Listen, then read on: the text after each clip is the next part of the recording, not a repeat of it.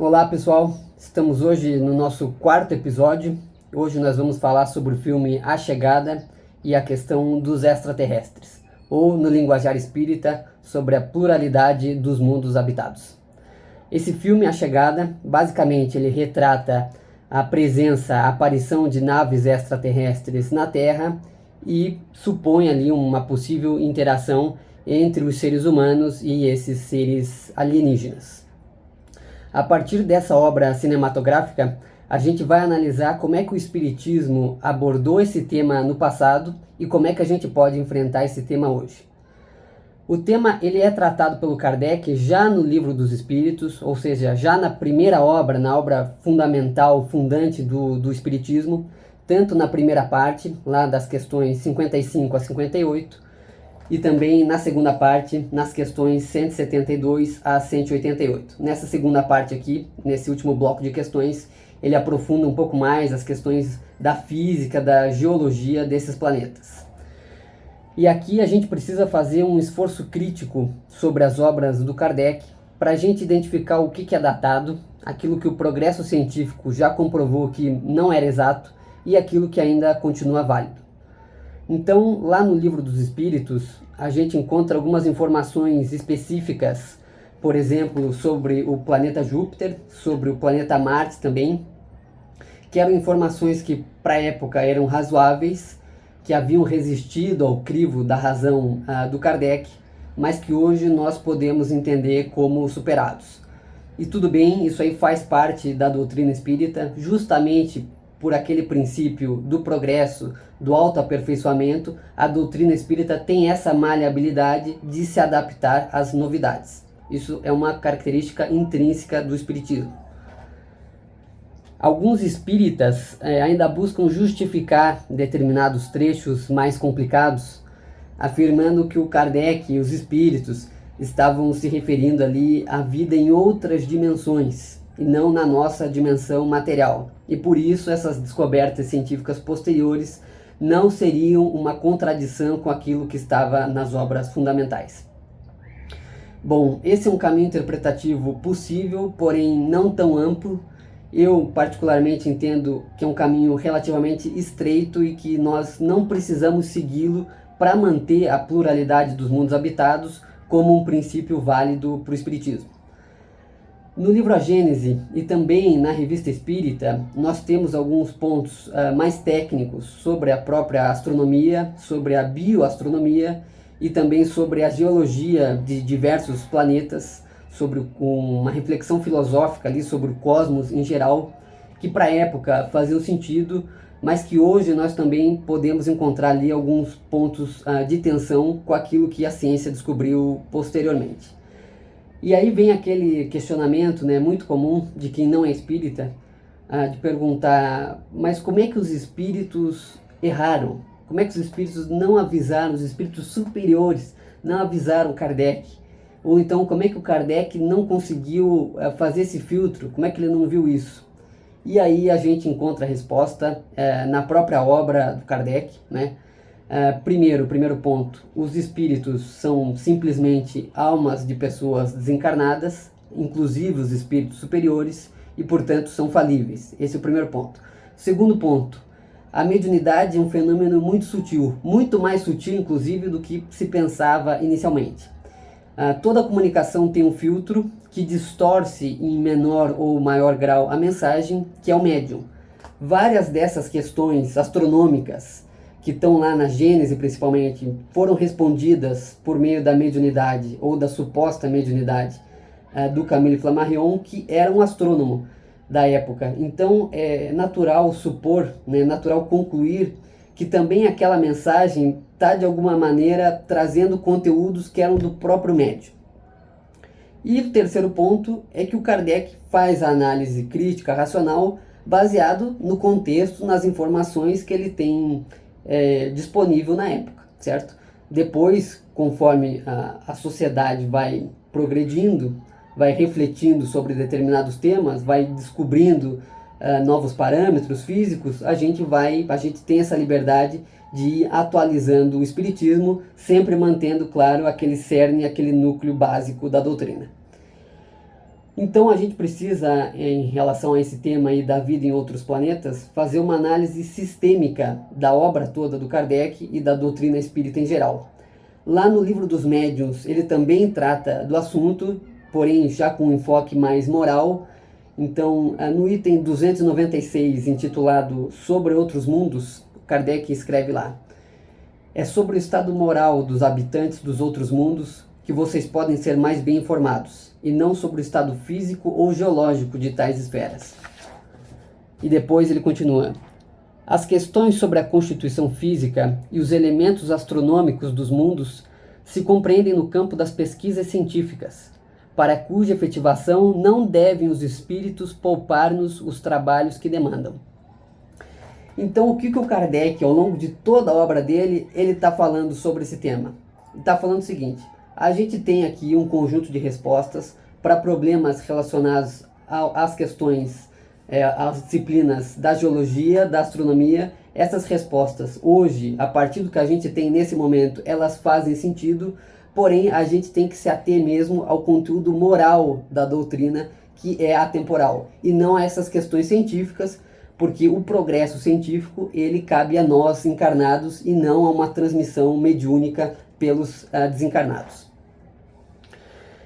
A questão também é que o espiritismo no Brasil, a partir do século XX, ele acaba alimentando essas conjecturas, né, a respeito das condições físicas e astronômicas e biofísicas da vida alienígena.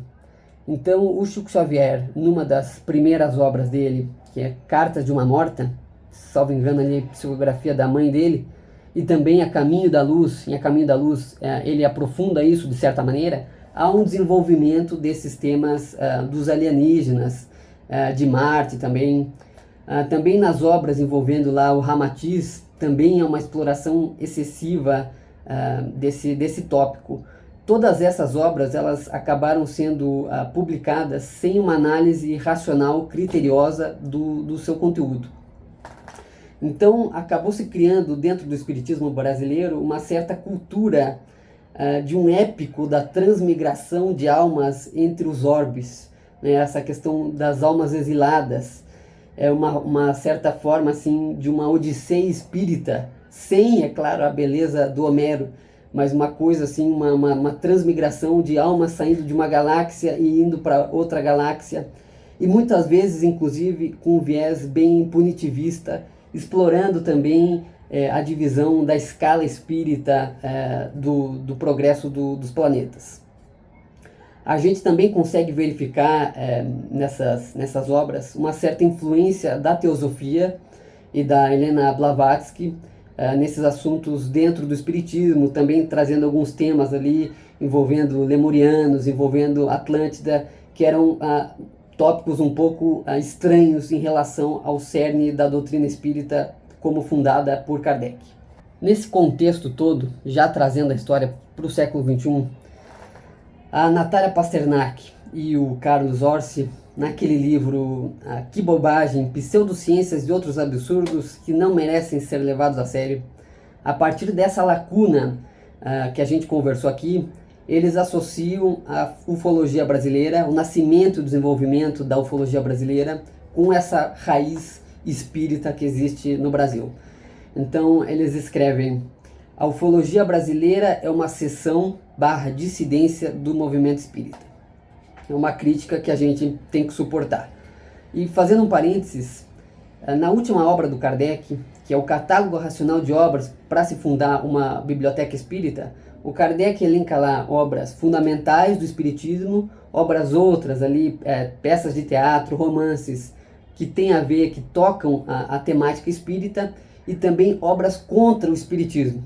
Inclusive uma delas se chamava ali Refutação Completa da Doutrina Espírita. E era uma obra que o Kardec recomendava a leitura. Então a gente tem que ter essa capacidade de suportar o contraditório, né? E de estudar o que as outras pessoas que pensam diferente da gente estão refletindo e estão falando na nossa sociedade. Principalmente essas pessoas que têm uma certa autoridade científica, vamos dizer assim.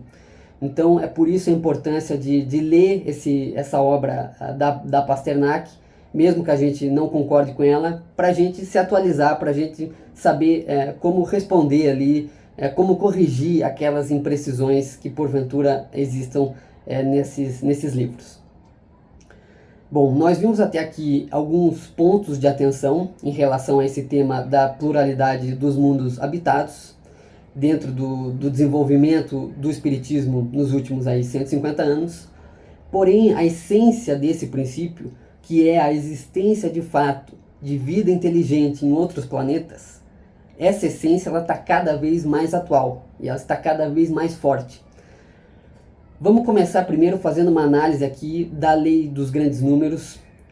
Esses dados eu retirei de uma obra lá do chefe do departamento de astronomia de Harvard, professor Avi Loeb, que ele faz o seguinte levantamento aqui. Ele fala: apenas a nossa galáxia tem cerca de 200 bilhões de estrelas. Aproximadamente um quarto delas, ou seja, 50 bilhões, tem em suas órbitas planetas habitáveis como a Terra. Se nós expandirmos essa conta para todas as galáxias, saindo da Via Láctea apenas, o número de planetas em zonas habitáveis vai para 1 zeta, que é 10 elevado a 21. Esse número de 1 zeta, ele é maior do que o número de grãos de areia depositados em todas as praias da Terra, ou seja, um número absurdamente elevado. Então, se a gente coloca Deus como um pressuposto do sistema, como um pressuposto do cosmos, e lembrando que Deus, intrinsecamente, já não, por definição, não pode ser um objeto da ciência, ele precisa necessariamente ser incluído ou não na análise a partir de um pressuposto filosófico ou teológico, mas considerando Deus nesse sistema, é muito difícil, se não impossível, do ponto de vista lógico, a gente falar que não existiria vida inteligente fora da Terra, né? Considerando que existe uma inteligência ordenadora do cosmos, não parece razoável a gente limitar a vida ao nosso planeta. E aqui está uma diferença fundamental do Espiritismo em relação às religiões tradicionais, que tiveram as suas teologias sistematizadas ainda num período em que se considerava a Terra o centro do universo e que a ciência ainda não havia descoberto a complexidade do cosmos. Essa é uma diferença, então, para o Espiritismo, já que o Espiritismo é fundado em bases racionais já num período de progresso científico. Ou seja, o Espiritismo ele já está aberto a essas questões cósmicas, né? O Espiritismo, de certa maneira, é uma filosofia, uma religião. Se é uma religião, é um debate um pouco mais complicado, mas é uma doutrina filosófica aberta a esses assuntos cósmicos. Então, acaba que a nossa grande disputa, ela não é em relação aos outros espiritualistas, né? Porque a gente tem argumentos racionais sólidos, lógicos, para defender a vida em outros planetas. Porém, a disputa ela acaba se concentrando mais no embate filosófico com os céticos e com os materialistas. A partir desses grandes números, os céticos gostam de evocar a questão do paradoxo de Fermi, que é essa aparente contradição, né, entre as altas probabilidades da existência de uma civilização extraterrestre a partir desses grandes números, porém, por outro lado, a ausência ou a suposta ausência de evidências empíricas, né, da presença desses seres no planeta Terra ou mesmo no universo observável. Então os céticos eles explicam muitas vezes esse paradoxo a partir da teoria da vida rara. Recentemente, inclusive, o físico Marcelo Gleiser defendeu essa visão numa entrevista lá no Roda Viva. Essa entrevista está disponível no YouTube para quem quiser assistir. Então, essa teoria não é científica propriamente, ela também é um pressuposto filosófico de que a vida inteligente precisaria exatamente dos mesmos parâmetros que ela encontrou na Terra para surgir.